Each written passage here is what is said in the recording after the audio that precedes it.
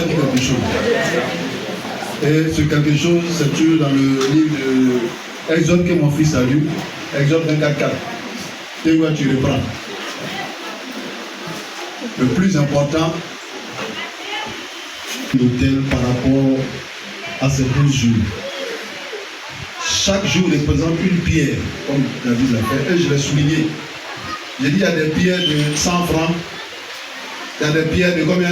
Il y a des pierres de combien? Il y a des pierres de combien? Il y a des pierres de combien? Il y a des pierres de combien? Alléluia. Chacun prend. Dieu savait. Mais le problème, pourquoi on échoue parce qu'on s'est égaré de notre destinée.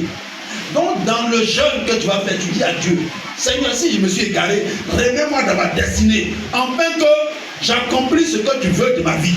Parce qu'il dit, nous connaissait. Donc, ce qui est bon pour nous, Dieu connaissait. Mais malheureusement, on s'est détourné. Donc, pendant ce jeûne, demande à Dieu, Seigneur, je veux maintenant rentrer dans ma destinée, la route que tu as choisie pour moi.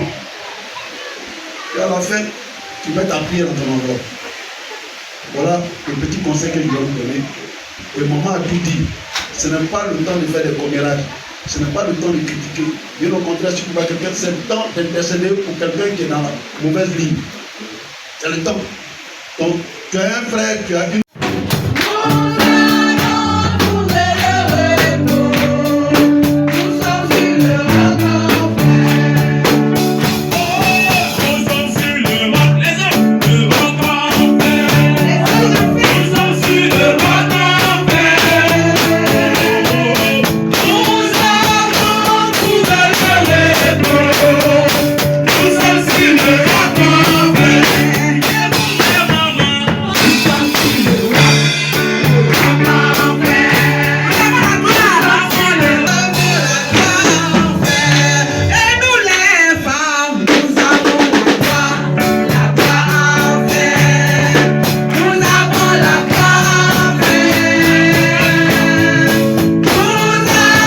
destinée prophétique.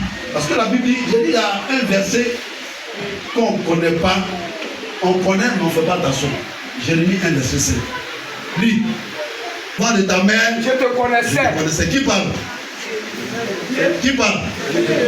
Reprends. Avant que je t'ai formé dans le ventre de ta mère, je te connaissais. Cela veut dire quoi?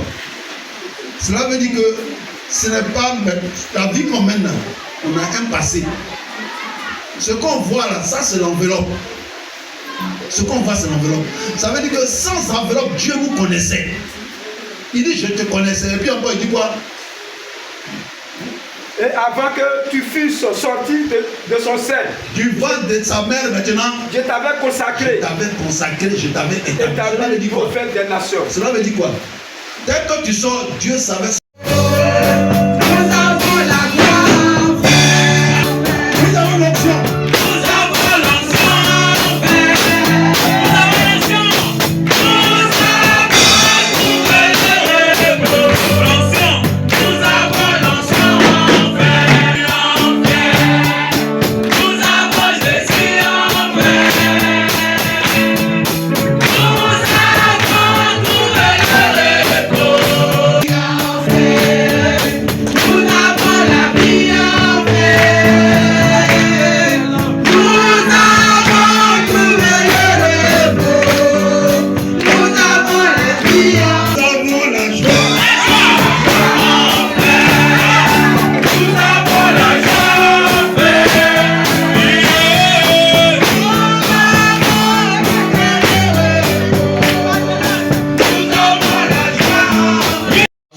Cette soeur ou bien ce frère vraiment soit béni, soit élevé. Si il est sur une mauvaise voie, Seigneur, aide-le à quitter sur cette mauvaise voie. Et ça ne sert à rien de venir crier, non, Dieu est un pécheur. Tous sont pécheurs, sont privés de la gloire de Dieu. Toi-même, tu es pécheur. Et si tu reconnais que ton frère, ta soeur, prie en secret les 12 jours à ce moment où tu as élevé la voix. Et vous savez, quand tu es dans le jeûne, même si c'est 2 heures du temps, ça devient compliqué, ça devient difficile. Et regarde, maman, parce qu'on devait commencer demain, on annonce un souci. Elle est obligée de se déplacer. Le diable veut qu'elle arrête, elle sera dedans dans le jeu. Alléluia. Donc, il peut avoir, vous pouvez rencontrer des difficultés, mais n'arrêtez pas le jeûne. Dieu peut permettre aussi, pour voir si tu vas voir comme vous voyez les autres religions. Même que ce soit, moi j'ai vécu un peu chez les amis. Chaque vendredi, il y a la soeur, on l'appelle Fédi, elle sort. Chaque vendredi, elle sort. Donc ça veut dire vendredi, même les musulmans vendredi, c'est un culte. Donc tous les sacrifices sont faits les vendredis. Quand tu as un don à faire, chaque vendredi, tu fais le don. Donc ça tombe bien que notre moment finisse un vendredi. Dieu est dans sa parole. C'est pourquoi prends tout ton temps. J'ai dit prends tout ton temps, même si tu as fait un effort. Tu peux avoir un temps, des moments libres, tu pries, tu invoques ton Dieu. Tu invoques ton Dieu. Et puis tu ne voudrais pas que ta vie ressemble à la vie passée. Ça serait un renouvellement de ta vie. Hier j'étais au mariage. Ils ont fait tchèp. J'ai dit, frère tchèp, un poulet. Mariage de médic. Alléluia. Il y a des mariages en cours.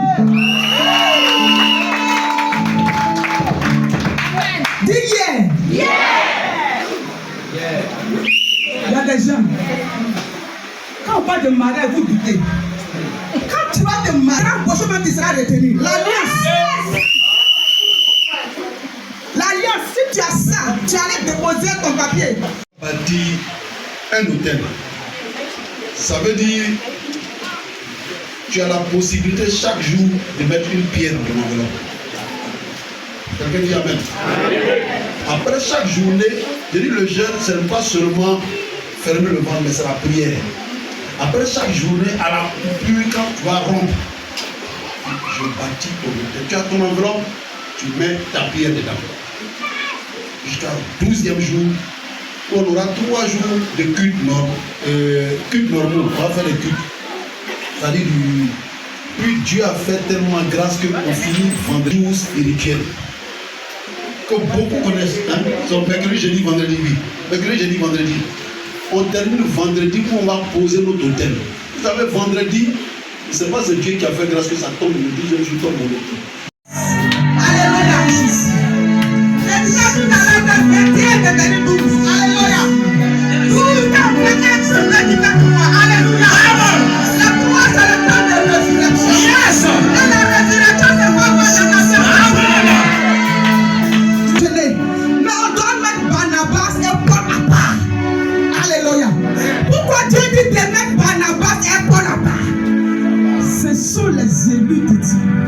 Je vais te dire ce matin que Dieu t'a mis à part. Alléluia. Une fois, mais deuxième fois, il ne peut pas accepter. Si ça vient vers moi, je prends. Si ça vient vers moi, je prends. Ça vient vers toi. Il ne faut pas sauter. Tu as compris? Mets ça au dos. Tu as compris? Il ne faut pas douter. Prends. Tu as compris? Alléluia. Tu es un choix de Dieu. Tu es un béni de Dieu. Tu es un élu de Dieu. Tu es un ressuscité de Dieu. Alléluia. Assieds-toi dans ton témoignage. Alléluia. Je veux que tu prêtes l'oreille. Amen. Aujourd'hui soit le dernier jour de ta maladie dans ton corps. Alléluia. Aujourd'hui soit le dernier jour des échecs dans notre vie.